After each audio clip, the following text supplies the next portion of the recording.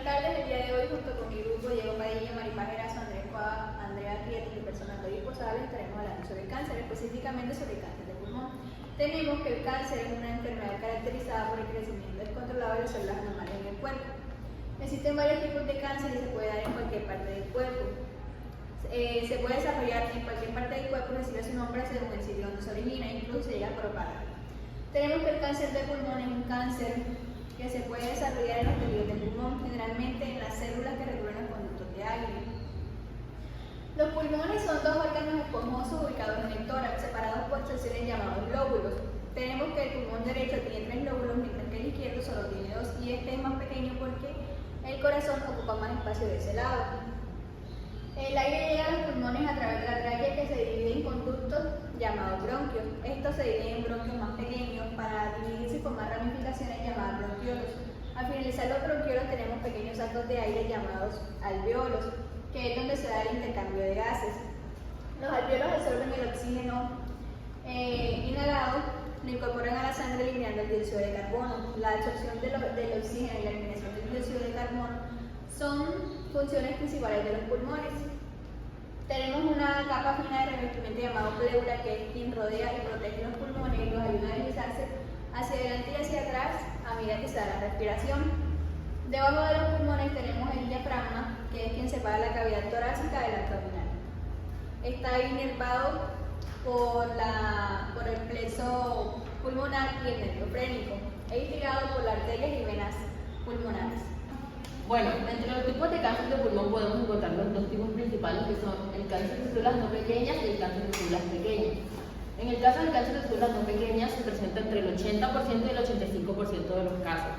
Este se divide en tres subtipos principales, que son el adenocarcinoma, que es el tipo de cáncer más común y se presenta tanto en personas fumadoras como en personas no fumadoras.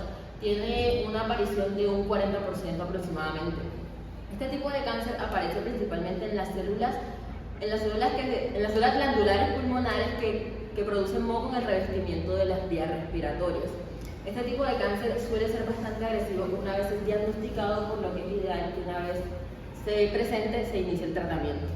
El otro subtipo es el carcinoma de células escamosas. Este tipo de cáncer se desarrolla en las células planas que cubren a las vías respiratorias. Este tipo de cáncer tiene una aparición aproximadamente de un 20% y en su diagnóstico tiende a necrosarse asemejándose a una acumulación de pus. Este tipo de cáncer se puede presentar tanto en fumadores como en no fumadores también.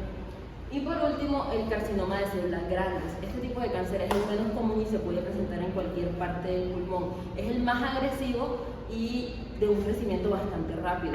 Este tipo de cáncer sí solamente se ve asociado en personas que fuman y es muy poco probable que aparezca en personas que no fuman.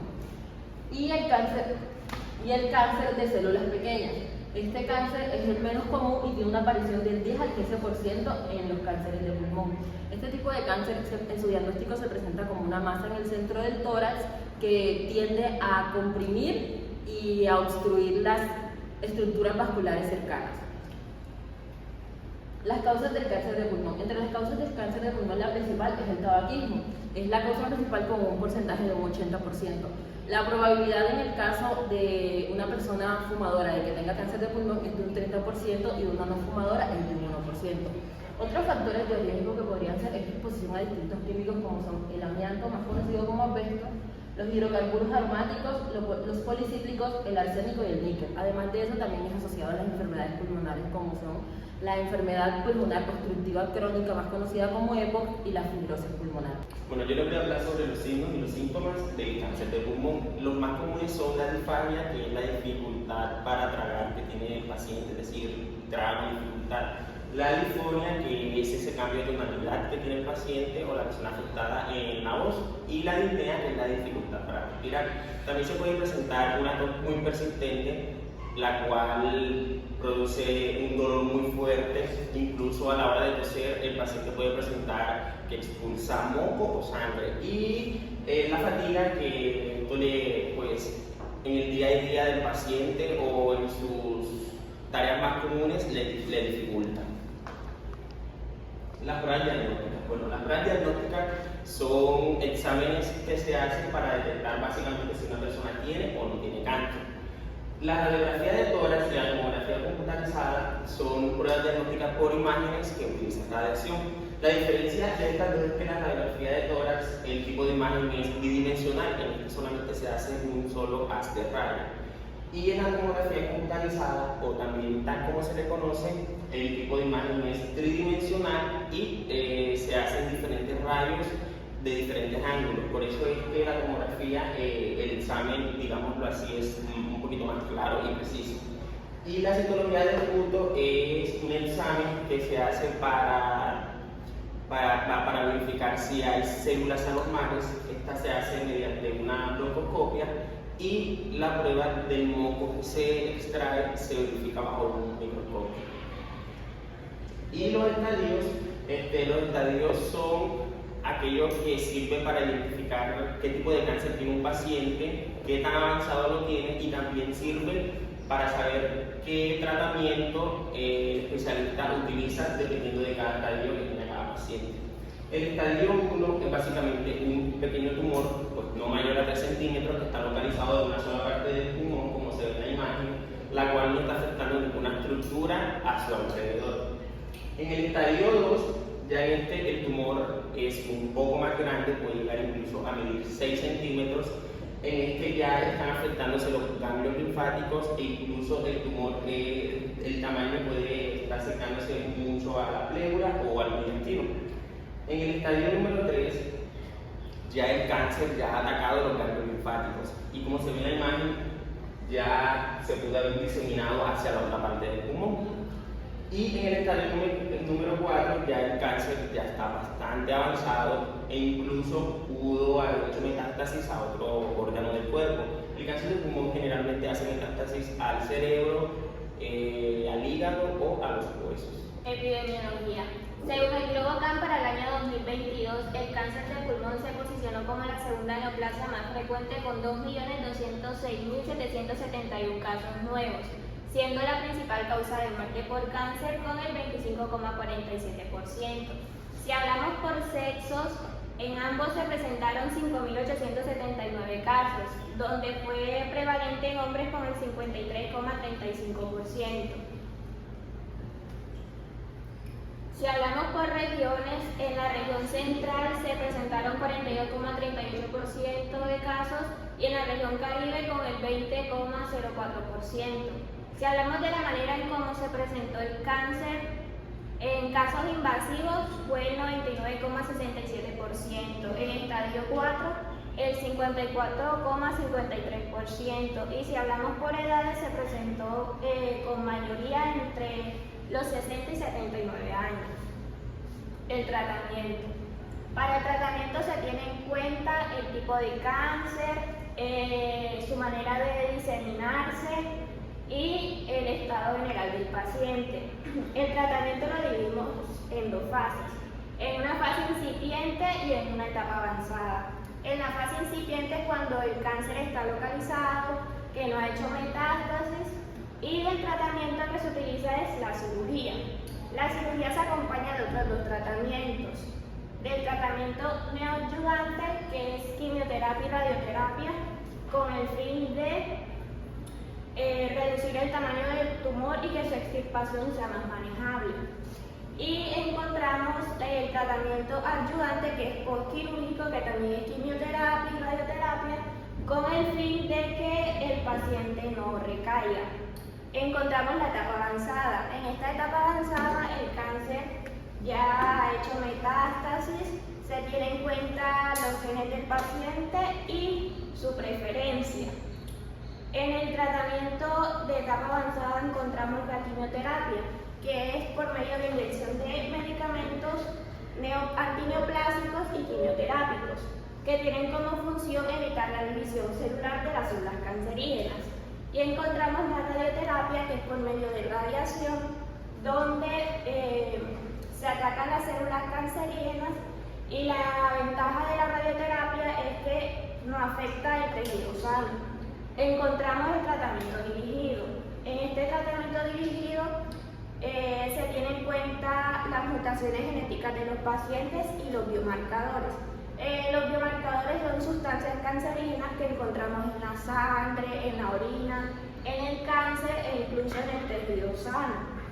Y encontramos la inmunoterapia, que en esta inmunoterapia lo que se hace es fortalecer el sistema inmunológico para que el mismo paciente combata las células cancerígenas. Indicaciones. Cáncer de pulmón con células no pequeñas en estadio 1 y 2, cáncer de pulmón de células pequeñas que es muy pequeño y que todavía no se ha diseminado fuera del pulmón, y tumores carcinoides. Nosotros en este caso escogimos como procedimiento una lobectomía pulmonar superior derecha. Les voy a explicar qué equipos, qué elementos médicos quirúrgicos y qué suturas nos llevamos para este procedimiento.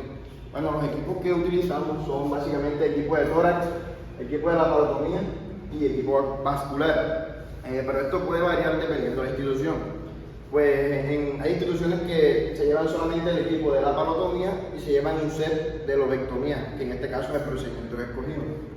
Los elementos médicos quirúrgicos que usamos, pues primeramente los más básicos, que son paquetes de ropa, compresas, gasas, guantes, bisturí número 20, electro, espongostán para realizar hemostasia, caucho de succión, solución tibia porque vamos a trabajar en cavidad, cánula de Yankauer, frasco de patología, jeringa de 20, una jeringa punta caneta de 60 que esta va acompañada de una sonda Nelaton. El tubo de drenaje de tórax que sería de 28 French, un pleurevac y la pinza de biopsia accesoria. Las suturas que utilizaríamos, Vicril 171, CA20 o 0SH, Monocril 30 PS2 o Provena 30 PS1 y la engrapadora lineal que la tienen en la clínica pues con más tecnología avanzada.